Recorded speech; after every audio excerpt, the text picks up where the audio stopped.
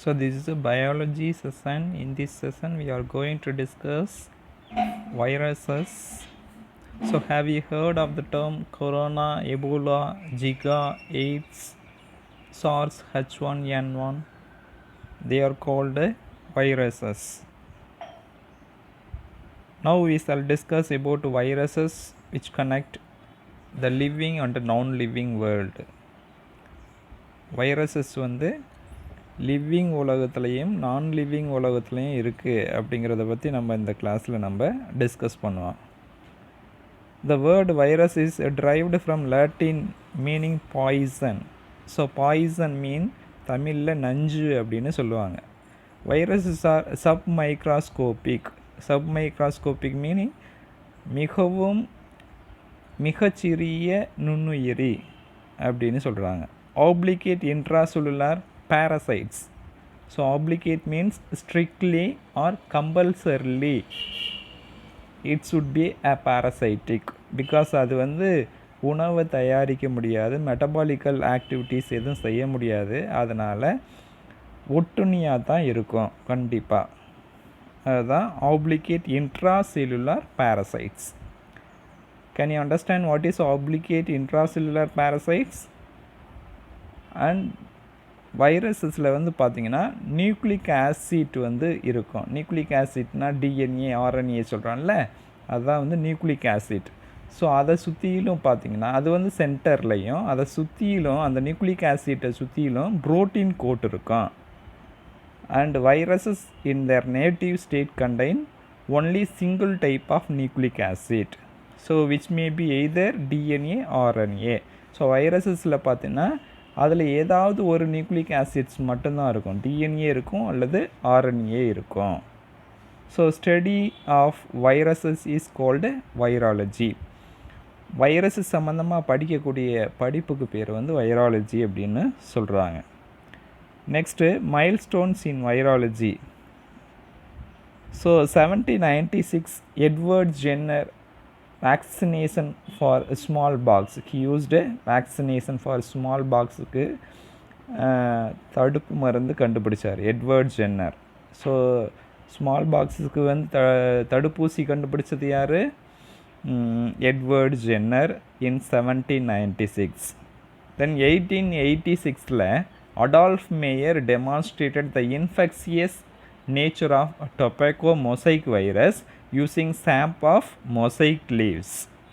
So இதில் என்ன சொல்லியிருக்கு, எப்படி டெமான்ஸ்ட்ரேட் பண்ணியிருக்காரு infectious nature of tobacco mosaic வைரஸை எப்படி எதிலிருந்து எடுத்திருக்காருனா அந்த லீஃபில் இருக்கக்கூடிய அந்த ஷாப், அதாவது சாறுன்னு சொல்லுவாங்க, அந்த லீஃபில் இருக்கக்கூடிய சார்லேருந்து, அதாவது நீர் லிக்யூட் லைக் சப்ஸ்டன்சஸ் அதில் இருந்து என்ன பண்ணியிருக்காருன்னா அந்த நோய் காரணியை டெமான்ஸ்ட்ரேட் பண்ணி காமிச்சிருக்காரு.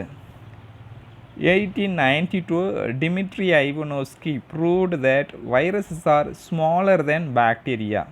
ஸோ இவர் என்ன பண்ணியிருப்பார்னா வைரஸஸை எடுத்துகிட்டு, அதாவது பாக்டீரியா ப்ரூஃப் ஃபில்டர்னு இருக்கும், அந்த ப்ரூஃப் ஃபில்டரில் இந்த வைரஸஸை இன்ட்ரடியூஸ் பண்ணையில் அந்த வைரஸ் வந்து அந்த பாக்டீரியல் ப்ரூஃப் ஃபில்டர் பேப்பரில் என்ட்ரி ஆகிருந்திருக்கு. ஸோ அதனால் பாக்டீரியத்தை காட்டிலும் வைரஸ் வந்து ரொம்பவும் சின்ன நுண்ணுயிரி அப்படின்னு கண்டுபிடிச்சிருக்காரு. 1898 M.W. Beijing defined the infectious agent in tobacco leaves as a contagium vivum fluidum. So இந்த இடத்துல கண்டேஞ்சியம் விவம் ஃப்ளூயிடம் அப்படின்னு வைரஸுக்கு ஒரு பேர் கொடுக்குறாரு பெய்ஜரிங் என்ன பண்ணியிருக்காரு, கண்டேஞ்சியம் விவம் ஃப்ளூயிடம் அப்படின்னு வைரஸுக்கு ஒரு பேர் கொடுத்துருக்காரு. இது லாட்டின் வேர்டு. இதோட மீனிங் வந்து பார்த்திங்கன்னா இன்ஃபெக்ஷியஸ் லிவிங் ஃப்ளூயிட் அப்படின்னு அதோட பேர், இதோட அர்த்தம். ஓகேவா? ஸோ அப்போ கண்டேஞ்சியம் விவம் ஃப்ளூயிடம் அப்படிங்கிறது என்னென்னா virus. Who called it? Beijing. Okay.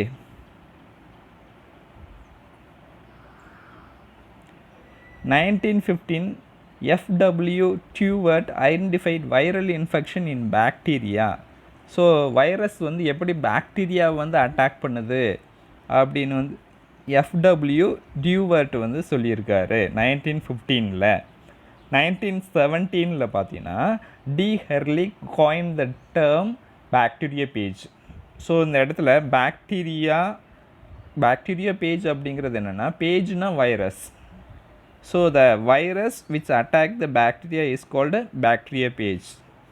அதுதான் வந்து டி ஹெர்லி வந்து காயின் பண்ணியிருப்பார் bacteria phage. In 1984 Luc Montagnier and Robert Gallo discovered HIV, that is human immunodeficiency வைரஸை வந்து கண்டுபிடிச்சது யாருன்னா Luc Montagnier, Robert Gallo in 1984. Next, the size and shape of the viruses. So viruses are ultra microscopic particles னு சொல்கிறாங்க, and they are smaller than bacteria. Viruses are smaller than bacteria. Their diameter ranges from 20 to 300 nanometer. So 1 nanometer அப்படின்னா 10⁻⁹ meters அப்படின்னு சொல்கிறாங்க. அப்போ bacteria page measures about 10 to 100 nanometer in size. So bacteria page is one of a virus. அதோட வைரஸோட size வந்து எப்படி இருக்குங்கிறாங்க, 10 to 100 nanometer சைஸில் இருக்குது. த சைஸ் ஆஃப் டிஎம்விங்கிறது ஒரு virus, TMV tobacco mosaic virus. அதோட சைஸ் பார்த்திங்கன்னா 300 into 20 nanometer. ஸோ அந்தளவுக்கு ஸ்மாலஸ்ட்டு செல்லாக இருந்திருக்கு. Generally viruses are of 3 types based on shape and symmetry. Viruses 3 types பிரிக்கிறாங்க. எதன் அடிப்படையில்னா அதோட ஷேப், அதோட வடிவத்தின் அடிப்படையில் வைரஸஸை 3 type பிரிக்கிறாங்க. ஒன்று cuboid symmetry. Example adenovirus, herpes virus. Helical symmetry virus, example influenza virus, TMV. Complex atypical, bacteria page and vaccinia. These are the 3 types of symmetries noticed on the basis of shape. Now we shall look at the image. So in the first image, cuboid symmetry, you could see cuboid symmetry. So central cube shaped is there. So in between that cuboid symmetry is noticed. Then DNA is there, nucleic acid, and surrounding small circular shaped structure, it is called protein. Okay, protein coat. Then helical symmetry. So helical symmetry la pathina TME tobacco mosaic virus கொடுத்துருக்காங்க. இதில் அந்த சென்டரில் அந்த ring மாதிரி இருக்குது பாருங்கள், அதான் helical ஷேப்பில் இருக்குது, அது நியூக்ளிக் ஆசிட். அந்த எல்லோ கலரில் ஸ்மால் தட் இஸ் பலூன் மாதிரி இருக்குது, அது வந்து என்னென்ன சொல்கிறாங்கன்னா கேப்சிட் ஆர் புரோட்டீன் கோட்னு சொல்கிறாங்க. ஸோ அந்த நியூக்ளிக் ஆசிட் வந்து என்ன ஷேப்பில் இருக்குன்னா ஹெலிக்கல் ஷேப்பில் இருக்குது, அதனால் helical symmetry. Okay, then complex atypical bacteria phage பார்த்தீங்கன்னா, so it is having a full structure, head, tail and base plate, fibre எல்லாம் இருக்கிறதுனால இது காம்ப்ளெக்ஸ் ஆர் டிப்பிக்கல் ஸ்ட்ரக்சர் அப்படின்னு சொல்கிறாங்க. Next, characteristic features of viruses. So virus வந்து living world and non living world ரெண்டுலேயும் சேர்த்துருக்காங்க. எதனாலனா the following features of viruses. Living character. So presence of nucleic acid and protein வந்து வைரஸஸோட important things. Then capable of mutation. So it can change the shape now and then. So அதான் வந்து mutate பண்ணக்கூடிய ஒரு ability அதுக்கு இருக்குது, அதனால் அது வந்து லிவிங் வேர்ல்டு, லிவிங் கேரக்டர்னு சொல்கிறாங்க. Ability to multiply within the living cells. So எப்போ வந்து உயிருள்ள செல்களில் இருக்கையில் மட்டும் இது வந்து மல்டிப்ளை பண்ணக்கூடிய கேரக்டர் இதுக்கு இருக்குது. Then able to infect and cause diseases in living beings. Diseases உண்டு பண்ணக்கூடிய கேரக்டர் இருக்குது. So irritability means it will show movement from one cell to another cell. Host is specific. So plant viruses will not attack the animal viruses. Animal viruses will not attack the plant viruses. So that character is having virus. So these are all the living character of the viruses. Next one, non-living characters. Non-living character அப்படின்னு பார்க்கையில் so இந்த வைரஸஸை வந்து படிகப்படுத்தலாம். It can be crystallized. Okay, when it is out of the living cell, it can be crystallized. Then absence of metabolism. So it does not have a metabolism, either production of energy or breaking down of energy. That metabolism, catabolism, anabolism, it does not have. Then inactive outside the host cell. So these viruses are inactive. அதால் செயல்பட முடியாது. எப்போனா host செல்லுக்கு வெளியில் இருக்கையில் அதால் செயல்பட முடியாது. They do not show functional anatomy and energy producing enzyme system is absent in them. Therefore they also belong to the non-living characters. Next we shall discuss the classification of viruses. So among various classification proposed for viruses, the classification given by David Baltimore in the year 1971, the classification is based on mechanism of RNA production. So அப்போ David Baltimore வந்து 1971 வைரஸஸை classify பண்ணியிருக்காரு. எதன் அடிப்படையில்னா based on RNA production. So based on the nature of genome nucleic acids வந்து single ஸ்டாண்டர்டாக இருக்கா, double ஸ்டாண்டர்டாக இருக்கா, RNAவாக இருக்கா அல்லது டிஎன்ஏவாக இருக்கா. ஸோ இதை பேஸ் பண்ணி என்ன பண்ணிடுறாருன்னா வைரஸஸை 7 கிளாஸஸாக பிரிக்கிறாரு. ஸோ அது மட்டும் இல்லாமல் அந்த வைரஸில் இருக்க நியூக்ளிக் ஆசிட் இருக்குல்ல, அது வந்து பாசிட்டிவ் சென்ஸ் அண்ட் நெகட்டிவ் சென்ஸ்ன்னு சொல்லுவாங்க. அதாவது minus sense or plus sense viruses. So இதை பேஸ் பண்ணியும் வைரஸஸை 7 டைப்பாக கிளாஸிஃபை பண்ணுறாங்க. ஃபஸ்ட் ஒன் கிளாஸ் 1ல் பாருங்கள், viruses with double standard DNA இருக்குது. அடினோ வைரஸஸ் எக்ஸாம்பிள். ஸோ கிளாஸ் 2ல் viruses with plus sense single standard DNA, parvo viruses example.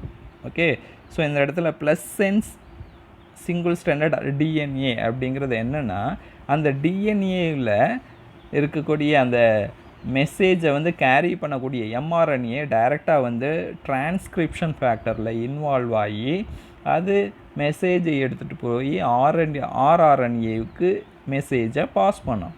அப்போ ஆர்ஆர்என்ஏ என்ன பண்ணும்னா அந்த பர்டிகுலர் ப்ரோட்டீனை சிந்தசிஸ் பண்ணும் டைரெக்டாக. அதான் வந்து ப்ளஸ் சென்ஸ் டிஎன்ஏன்னு சொல்கிறாங்க. Then viruses with double standard RNA, reoviruses. Okay, double standard RNA reoviruses example. Then class 4ல் பார்த்தீங்கன்னா virus with plus sense single standard RNA, togaviruses. Then class 5 viruses with negative sense single standard RNA, rhabdoviruses. இதில் negative sense single standard RNAனா அந்த RNA வந்து டைரெக்டாக அந்த ப்ரோட்டீனை வந்து synthesis பண்ண முடியாது. எதனாலனா அது நெகட்டிவாக இருக்குது. அப்போ அது வந்து பாசிட்டிவாக கன்வெர்ட் ஆகி அதுக்கப்புறம் எம்ஆர்என்ஏ வந்து அந்த மெசேஜை டிரான்ஸ்கிரிப்ஷன் பண்ணி தென் ப்ரோட்டீன் சிந்தசிஸுக்கு எடுத்துகிட்டு போகப்படும். அப்போ நெகட்டிவ்லேருந்து பாசிட்டிவ் ஸ்ட்ராண்ட்ஸாக மாறி அதுக்கப்புறம் தான் என்ன பண்ணும், அந்த ப்ரோட்டீனை சிந்தசிஸ் பண்ணுறதுல இன்வால்வ் ஆகும். ஸோ அதனால தான் இந்த negative sense single standard RNA, rhabdoviruses. Then class 6ல் பார்த்தீங்கன்னா viruses with plus sense single standard RNA, RDE, that is reverse டிரான்ஸ்கிரிப்டேஸும் இன்வால்வ் ஆகுது இந்த இடத்துல. ஓகேவா? தென் கிளாஸ் 7ல் virus with double standard DNA, reverse transcriptase again involve ஆகி example hepadnaviruses. Hepadna viruses an example for the double stranded DNA. Next, the very important, that is a viral genome. So viral genome அப்படிங்கிறது என்னன்னா வைரஸில் இருக்கக்கூடிய nucleic acids என்ன மாதிரி இருக்கும், circular ஷேப்பில் இருக்கா, லீனியரில் இருக்கா, சிங்கிள் யூனிட்டாக இருக்கா, சின்ன சின்ன ஃபிக்மெண்ட்டாக அதாவது சின்ன சின்ன துண்டுகளாக இருக்கா நியூக்ளிக் ஆசிட், இதை பற்றி படிக்கிறது தான் viral genome. So each viruses possess only one type of nucleic acid, either DNA RNA. அது நமக்கு தெரியும், முன்னாடியே சொல்லிட்டோம். ஒரு வைரஸ்னால் அதில் வந்து ஒரே ஒரு டிஎன்ஏ ஒரே இல்லாட்டி ஒரு ஆர்என்ஏ மட்டும்தான் இருக்கும். ஓகேவா? The nucleic acid may be linear or circular. லீனியர்னால் தெரியும், நேராக இருக்கும். சர்க்குலர்னால் வளைவாக இருக்கும். ஓகேவா? சர்க்குலர் ஃபார்மில் இருக்கும், ஸ்பெரிக்கல் ஷேப் கூட இருக்கும். So generally nucleic acid is present as a single unit. Nucleic acid வந்து ஒரு சிங்கிள் யூனிட்டாக மொத்தமாக சேர்ந்து தான் இருக்கும். பட் இன் வூண்ட் டியூமர் வைரஸில் பார்த்தோம்னா, இந்த wound tumour virus and influenza வைரஸில் it is found to be segment, சின்ன சின்ன துண்டுகளாக இருந்திருக்கு. நியூக்ளிக் ஆசிட் வந்து என்னவாக இருந்திருக்கு? சின்ன சின்ன துண்டுகளாக இருந்திருக்கு. The viruses possessing DNA are called deoxyviruses. வைரஸஸில் வந்து டிஎன்ஏ இருந்துச்சுன்னா அது வந்து டிஆக்சி வைரஸஸ்னோ, whereas those possessing RNA are called riboviruses அப்படின்னு நேம் கொடுக்குறாங்க. Then majority of animal and bacterial viruses are DNA viruses. So animal and bacterial viruses எப்பயும் வந்து டிஎன்ஏ வைரஸஸ், இது common character. So HIV animal viruses which possess RNA, but HIV animal virus மட்டும் RNA இருக்குது. அப்போ majority of animal viruses வந்து என்ன இருக்குது? Nucleic acid DNA இருக்குது. ஆனால் அதில் ஒரு எக்ஸப்ஷன் வந்து என்ன கொடுக்குறாங்க? ஹெச்ஐவி அனிமல் வைரஸில் என்ன இருக்குன்னா ஆர்என்ஏ இருக்குது. Plant viruses generally contain RNA. Plant வைரஸஸ்னால் அதில் ஆர்என்ஏ தான் வந்து நியூக்ளிக் ஆசிட்டாக இருக்கும். ஆனால் காலிஃப்ளவர் மொசைக் வைரஸில் பார்த்திங்கன்னா டிஎன்ஏ இருக்குது. இது ஒரு இம்பார்ட்டன்ட் ஒன் வேர்டில் கேட்பாங்க. ஓகேவா? So cauliflower mosaic virus possess DNA R RNA? DNA. Okay, since it is having placed in a plant viruses but it is having DNA. So plant viruses mostly என்ன தான் இருக்குது? Nucleic acid RNA தான் இருக்குது. ஆனால் cauliflower mosaic வைரஸில் மட்டும் என்ன இருக்குது? DNA இருக்குது. அதே மாதிரி அனிமல்ஸில் வந்து நியூக்ளிக் ஆசிட் வந்து என்ன தான் இருக்கும்னா டிஎன்ஏ தான் இருக்கும். ஓகே, டிஎன்ஏ இருக்கும். ஆனால் ஹெச்ஐவியில் மட்டும் ஆர்என்ஏ. ஹெச்ஐவி அனிமலில் இருக்குது, அனிமல் வைரஸில் ஆர்என்ஏ இருக்குது. The nucleic acid may be single standard or double standard. Nucleic acids வந்து ஒரே ஒரு ஸ்டாண்ட்ஸ் இருக்கலாம், இப்படி இல்லைன்னா 2 ஸ்டாண்ட்ஸ் கூட இருக்கலாம்.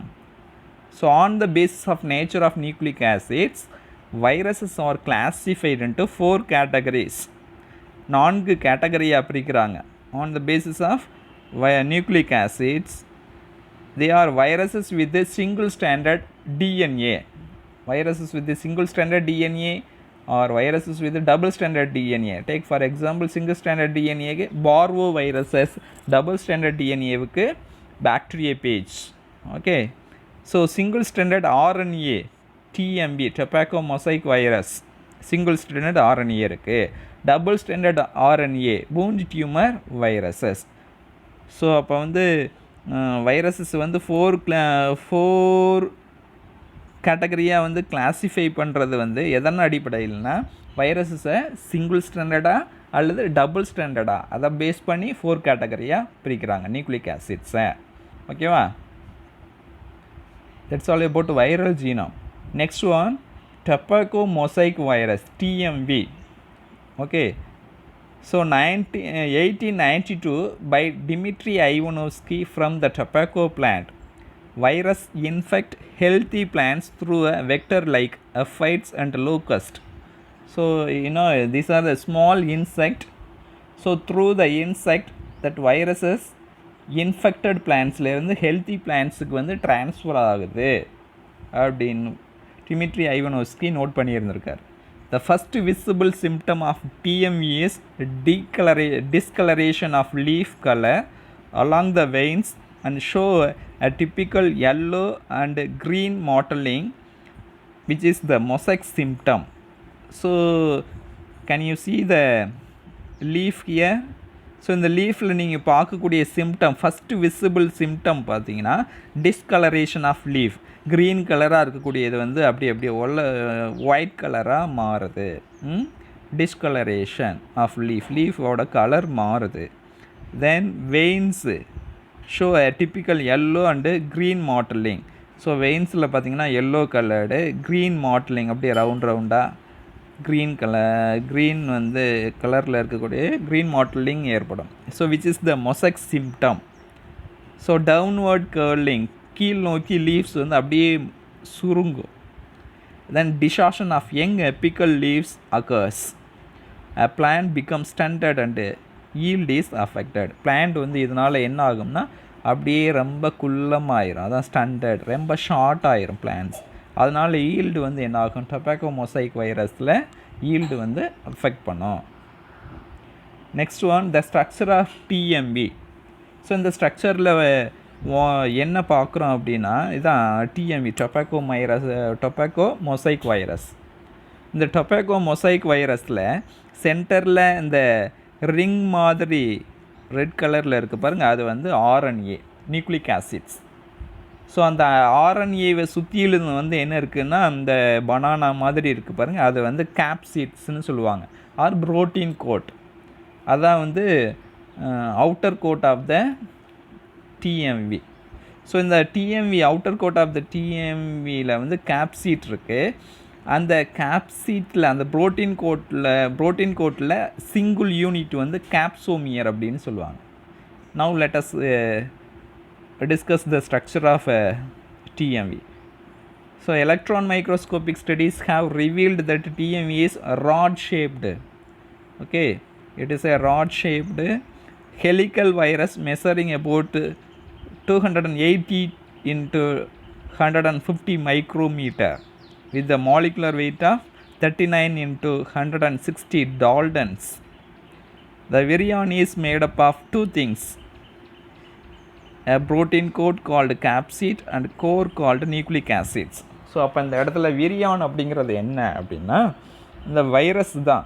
வைரஸ் வந்து இன்ஃபெக்ஷன், அதாவது நோய் ஏற்படுத்தக்கூடிய நிலையில் இருந்துச்சுன்னா அது விரியான்ஸ் அப்படின்னு சொல்லுவாங்க. அது வந்து ரெண்டு பொருளால் ஆக்கப்பட்டிருக்கு. ஒன்று வந்து புரோட்டீன் கோட்டு, இன்னொன்று நியூக்ளிக் ஆசிட்ஸ்னு சொல்லியிருக்கோம். ஸோ அப்போ டிஎம்ஏயில் இருக்கக்கூடிய நியூக்ளிக் ஆசிட்ஸ் வந்து எதால் ஆக்கப்பட்டிருக்கும்னா சிங்கிள் ஸ்டாண்டர்ட் ஆர்என்ஏ. அது எப்படி இருக்குது, ஹெலிக்கல் ஷேப்பில் இருக்குது, சுற்றி இருக்கா, அதான் ஹெலிக்கல் ஷேப் ஆர் ஸ்பைரல் ஷேப்டுன்னு கூட சொல்லுவாங்க. ஓகேவா, helical shaped. Then protein coat is made up of approximately 2113 identical protein subunits வந்து இருக்குது. அதை வந்து கேப்சோமியர்ஸ் அப்படின்னு சொல்கிறாங்க. So which are present around a central single standard RNA molecule. So இப்போ இந்த 2113 ஐடென்டிக்கல் புரோட்டீன் சப்யூனிட்ஸ் எதை சுற்றிலும் இருக்குன்னா இந்த சிங்கிள் ஸ்டாண்டர்ட் ஆர்என்ஏவை சுற்றிலும் இருக்குது. ஓகேவா, ஸோ அது வந்து கேப்சோமியர்னு சொல்கிறாங்க. அப்போ கேப்சிட்டோட சிங்கிள் யூனிட் வந்து என்னென்னு சொல்கிறாங்கன்னா கேப்சோமியர்னு சொல்கிறாங்க. எத்தனை கேப்சோமியர் இருக்குங்கிறாங்க, 2113 புரோட்டீன் ஐடென்டிக்கல் சப்யூனிட் கேப்சோமியர் வந்து இருக்குதுன்னு சொல்கிறாங்க. The genetic information necessary for the formation of complete DNA particle is contained in its RNA. So அப்போ இந்த ஜெனட்டிக் இன்ஃபர்மேஷன் அதாவது 2113 ஐடென்டிக்கல் புரோட்டீன் சப்யூனிட்ஸ் ஃபார்ம் ஆகிறது, புரோட்டீன் கோட் ஃபார்ம் ஆகிறது, இதெல்லாம் வந்து எதனால் கனெக்ட் பண்ணுது, எதில் இருக்குன்னா ஆர்என்ஏவில் இருக்குது அதோட இன்ஃபர்மேஷன் எல்லாம். இந்த ஆர்என்ஏ கன்சிஸ்ட் ஆஃப் 6500 நியூக்ளியோடைட்ஸ் வந்து இதில் இருக்குது. ஸோ நியூக்ளியோடைட்ஸ்னால் என்னென்னு we will discuss in biomolecule chapter number 8ல வந்து பயோமாலிகுலில் நம்ம டிஸ்கஸ் பண்ணுவோம். Thank you. With this, viruses over.